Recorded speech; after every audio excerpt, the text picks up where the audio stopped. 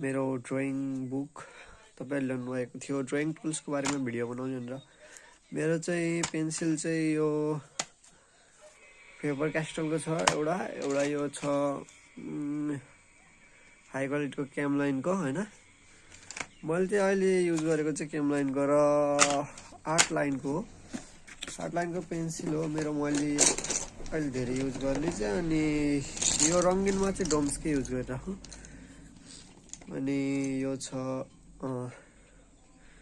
पेनमा चाहिँ युज गर्ने यो माइक्रोनको छ।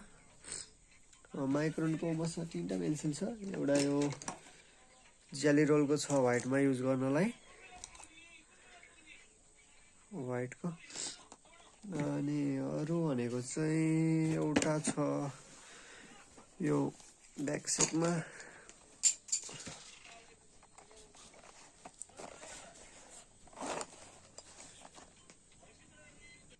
यसमा चाहिँ यो पेन्सिलहरु छ।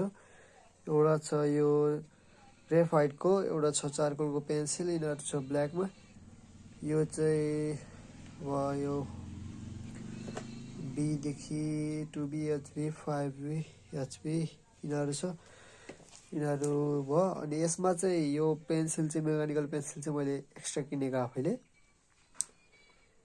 यो र यो मेकानिकल पेनको लागि चाहिँ यो चाहिँ मैले एक्स्ट्रा किनेको।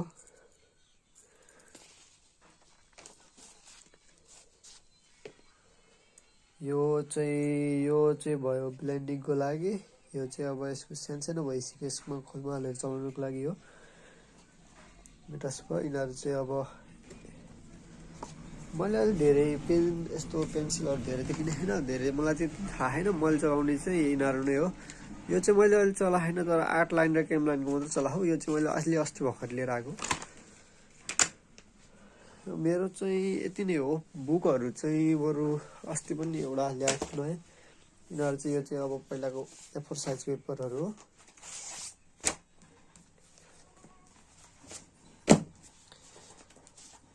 अस्ति ल्याएकोमा एउटा यो स्केच बुक। यसमा चाहिँ केही नै बनाएको छैन अहिले। अहिले बनाएको भनेको चाहिँ यसमा मात्रै हो मैले।